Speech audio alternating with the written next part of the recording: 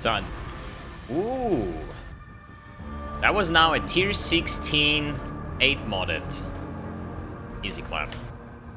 And the Putrid Cloister on tier 12.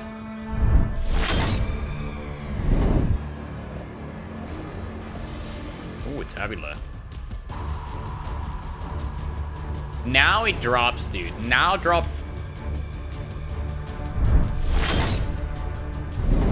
I mean, if we get the Plague Bearer now to 21, 23, or 21 at least, that will be a massive upgrade in damage. Alright, where is it? Quick bet, it's going to downgrade. Quick bet.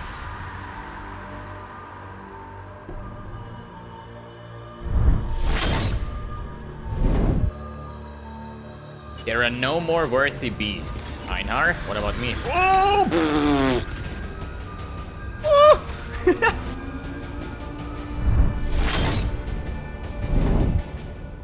Just face thinking. Woo. Dude, seriously? You wanna tell me I was not out of range? You piece of shit, erwarten kannst haben den total Player.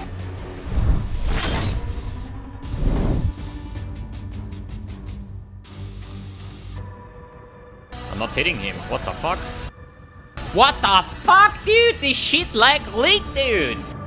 Path of Exile, Delirium or what? Fucking hell, dude. It was not even close. What the fuck?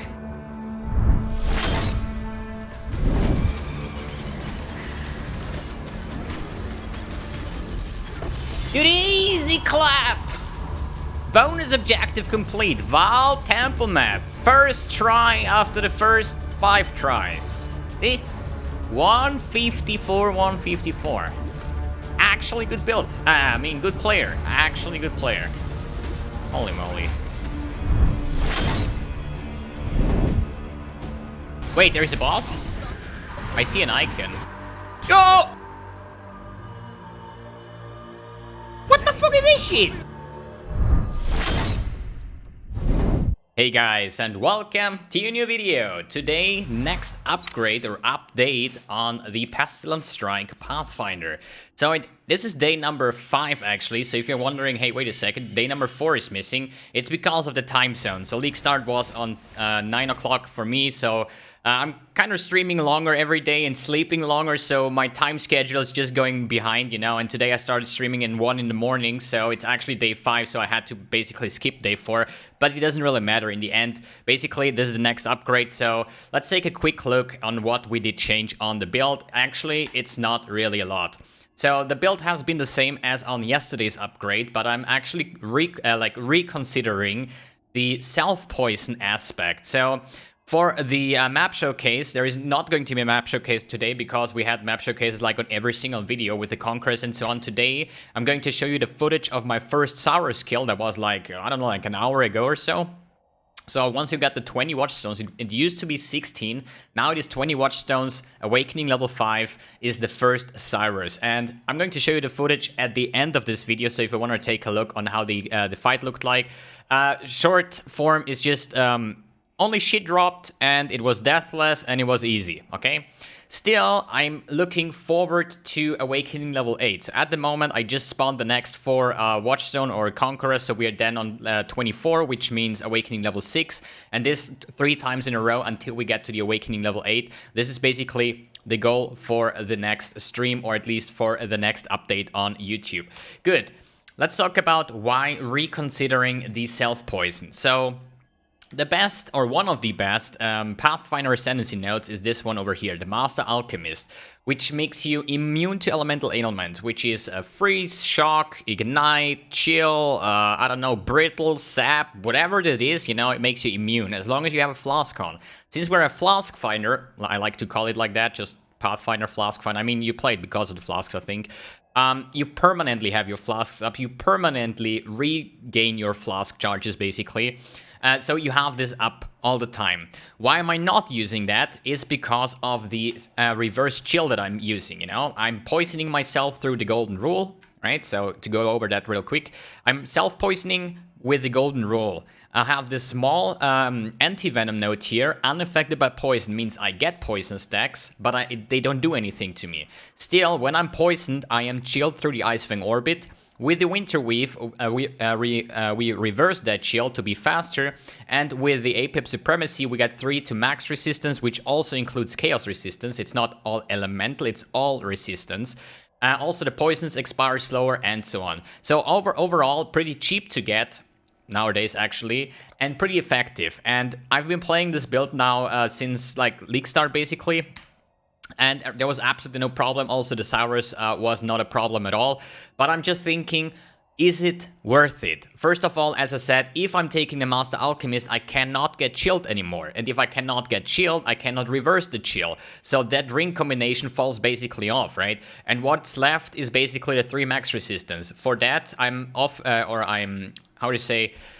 I could get another claw getting dual wield. So getting the dual wield block notes instead, getting the more attack speed, applying more poisons in the same time just because of the increased attack speed. And then I would have some more options to play with. So the thing is, the rings itself, they are actually complete garbage. I mean, this ring gives you a bit damage with poison, no life, no resistance. This ring here, fire damage to attacks, cold damage to attacks, completely useless. 10% increased movement speed while ignited. I'm not even igniting myself. So this ring gives me basically 60 life and 30 cold res. This one gives me 60% increased, not more, increased poison damage, which is this big, you know. The rest is useless. So the rings itself are actually garbage. I'm only using them to get the reverse chill going, right?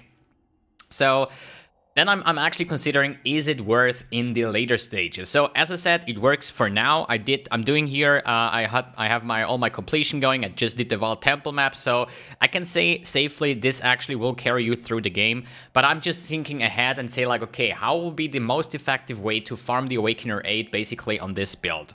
So as I said, what else gives me the self-poison? We just went over that. What else could I get if I don't do that? Basically, there is Rings of Nostalgia, for example. The Herald, I think the Nostalgia was it. Let me quickly check. So, Circle of Nostalgia, I think, was the Herald of Agony. Yeah. So what you can get is, first of all, Chaos Resistance, and you can get the increased buff effect. So if you take a look what the Herald of Agony is doing over here, it gives you 10% more poison damage. This is actually one of the few reasons why we actually take this, because it's not about the minion or what it does, basically, because we're not scaling the minion damage. It's a standalone thing here, right? So the ring will basically buff our poison damage. Other than that, you could either use that twice. If you do so, you would actually permanently be Chaos Max Res. So at the moment, I'm getting Chaos Max Res through self-poisoning, since every poison stack on me gives me 1% Chaos Resistance. On 100 poisons, it's 100 Chaos Resistance, so that caps me out as well.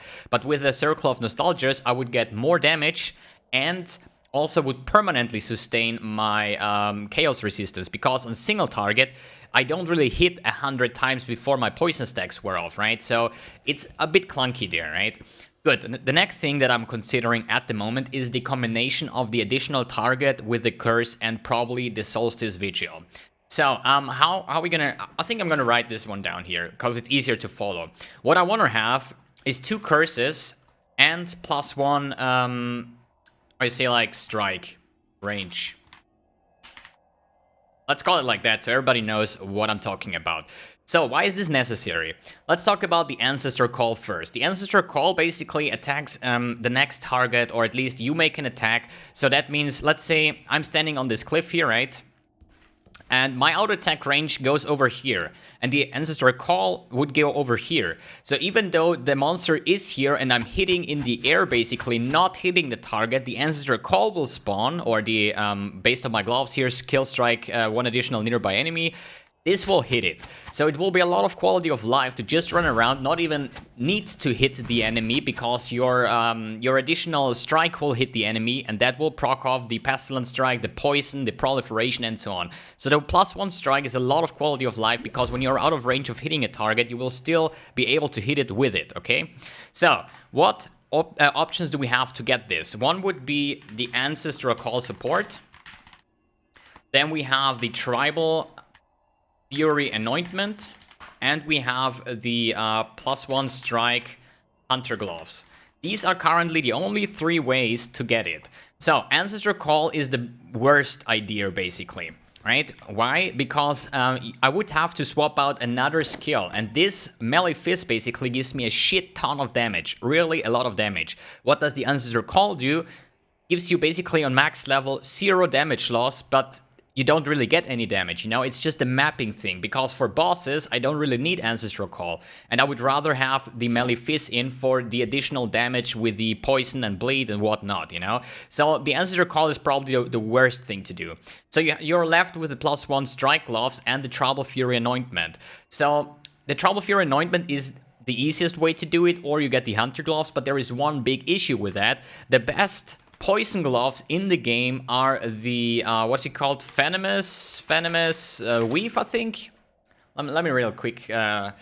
Venomous Weave. I think it was Weave, the gloves. Let me really quick check. Yeah, these gloves are the best poison gloves in the game right now. They give you add chaos damage on the spider webs. You get aspect of the spider, which is then a defensive and an offensive bonus, because these spider webs on the target will make them less damage, and you do more damage based on that. And you also have increased damage with hits and ailments against enemies affected by 3 spider webs. So I've made a path of building that I'm not gonna share now, because this is just from theory. That gloves will at some point give me about 2 million Shaper DPS. So I don't really want to skip that, because the Hunter Gloves will probably give me the +1 strike and some resistance in life. That's about it. But these gloves will give me a shit ton of damage here, right? So the thing is, so this one falls off because I want to take the best poison gloves here, right? So let's write this over here so people can actually follow. So let's put this over here. Good. So we are left with the Tribal Fury Anointment. It's not a problem. It's 1 gold or something. It's not even too expensive. But this is the problem here. The 2 curses.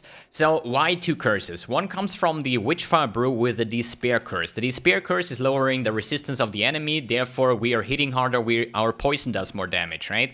But there is another that I'm very, very interested in. And this is basically, let's say, Despair Flask. Is Temporal Chains. So why is Temporal Chains so nice? First hand, it slows the enemy action movement speed. The monsters will be slower, they will attack and cast slower than usual, so it's a defensive layer, but it's also an offensive layer because Temp Chains will make their debuffs expire slower. That means my poisons will last longer and I can have a better total amount of DPS. So all of the things here that I'm listing are defensive and offensive, which makes the character even better, right? So we said that the only thing that we want to actually anoint the Tribal Fury. Otherwise, I could just anoint the Whispers of Doom for the additional curse. So one is natural. This is currently my Despair. But the Whispers of Doom would give me or apply the Temp Chains. So I want to use a Solstice Vigil at some point. They cost about 4 exalts or something. And I'm not allowed to use that. So there is only a second option to get 1 additional curse. I mean, there are multiple options, right? If you take a look at the curse characters and so on, the curse bots, they use like Wind Shriek Boots or the Doedrus Damning, or there is multiple ways of getting the additional curse, right? But all of these are actually garbage for my build. So there is the next option is the Hunter Chest. The Hunter Body Armor has the +1 curse. And this way, if I take a rare chest with a +1 curse, I can run my dual curse setup, which with empowered temporal chains, because with the Solstice Vigil, my temp chains will have 100% reduced mana cost, so I get this for free, so I can power it up with Empower without a problem to have even more effect. But that means I have to remove my perfect form, which is the next point I want to talk about. So the perfect form gives me face aggro and basically free Arctic armor. Arctic armor is nice because it gives you less fire and physical damage take, if you see here, as long as I'm standing still. See? +2, +2, +2. So basically, how often do I really stand still? I mean, I'm usually attacking, you know, while my Molten Shell is on, I'm permanently attacking, then I'm dashing around, and every time I'm dashing, I'm losing all the stacks. That's why I personally, for my playstyle, consider Arctic Armor to not be that effective, okay? So, the next thing is Phase Acro. I don't really want to take the Acrobatics because we are using Iron Reflexes to convert our Evasion into Armor for the insane physical damage mitigation, so we are currently on 79, more than 80% physical damage reduction through 47,000 armor, right? So if I'm using the acrobatics here, I'm basically having 50% less armor, which is bad. So how can we still get phase aggro? Because this is free spell dodge. It is the Thread of Hope. This is the cluster jewel that you get from the Sirus. They're currently not even expensive, like 20 chaos or so, because nobody uses them. But if you put them in here with a medium cluster, I think, you can get things like the Phase Acro for free, you can get the Fatal Toxins to remove 2 skill points over here, you can get the Silent Steps, you can get this one to gain phasing, for example, this is only for phasing, and some other things, right? So with the Thread of Hope in this cluster here, I could get the Phase Acro, and I'm removing the Arctic Armor anyways, because I don't really like them. So all that's left is a chest that has 80 life, some nice evasion, and minus cold resistance. So I'm not really feeling bad taking a rare chest with the Hunter mod additional curse to actually be able to double curse with the Solstice Vigil. So the thing that I want to say is there is a lot of things that I'm actually considering to change throughout the next day to bring the build to the next stage. As I said, quickly if we go over, Rare Helm with a minus Chaos Craft, so the enemies take increased damage. Dual wielding foil, claws here. Best way would be an Imperial Claw. Then a Solstice Vigil for the free temp chains, and also that my buffs and flask and so on last longer. A rare chest with the plus additional curse. The rings, probably either one rare ring with life resistance if I need to, and the other one a Circle of Nostalgia, or even 2 of those to cap my chaos resistance. On the gloves, I want to take the poison gloves that I just said, the Venomous Weaves, because they give so much insane damage.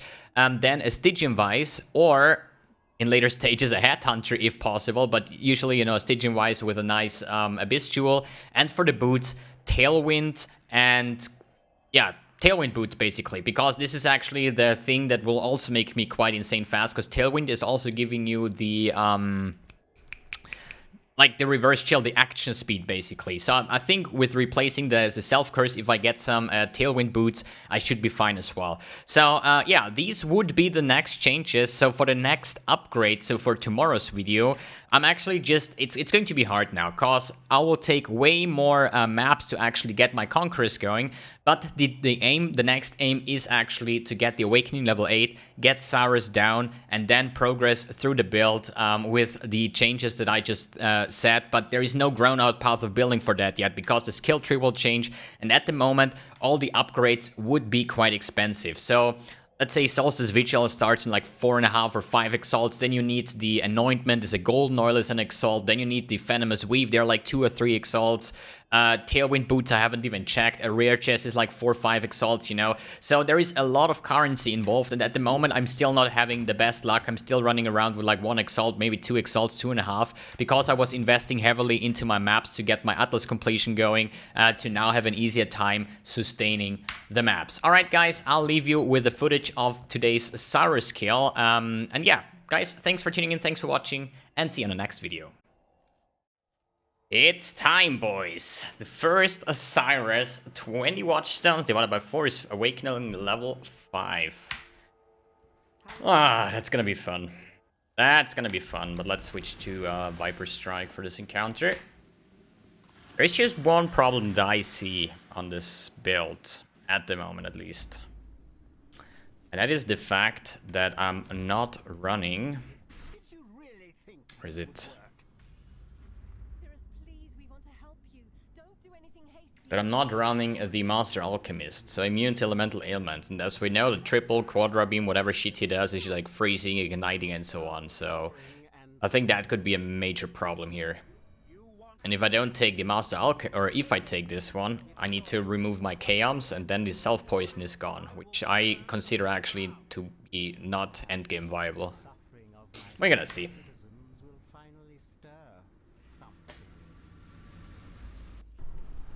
Let's get the sound a little bit louder.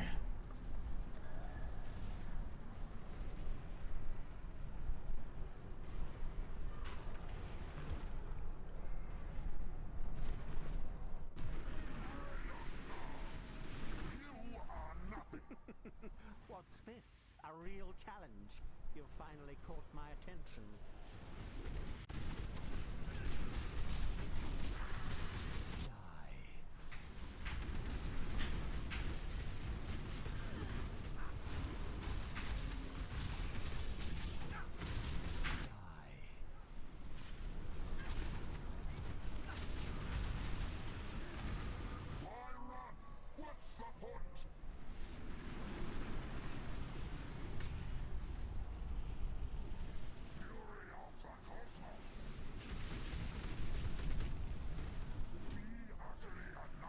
The others found strength in their projections.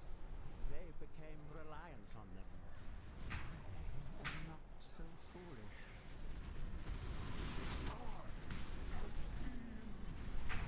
Silent. Die.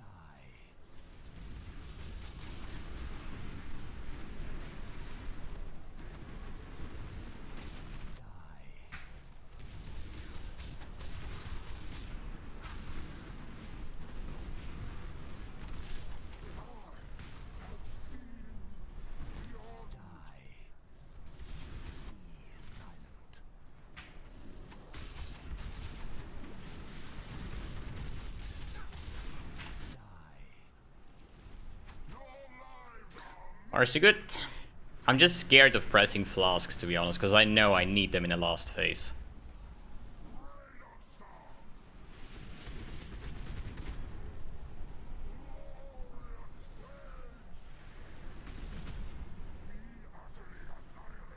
And now he makes this weird thing. Oh, not this one, the next one. This one is bad, so we need to wait until this is gone.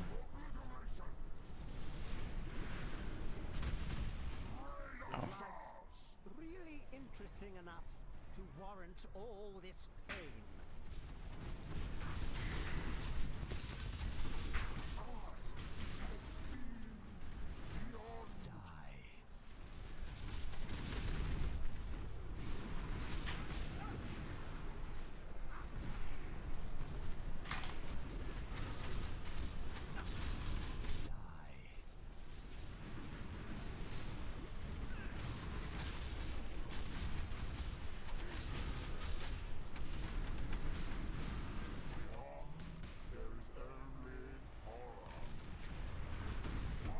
Good.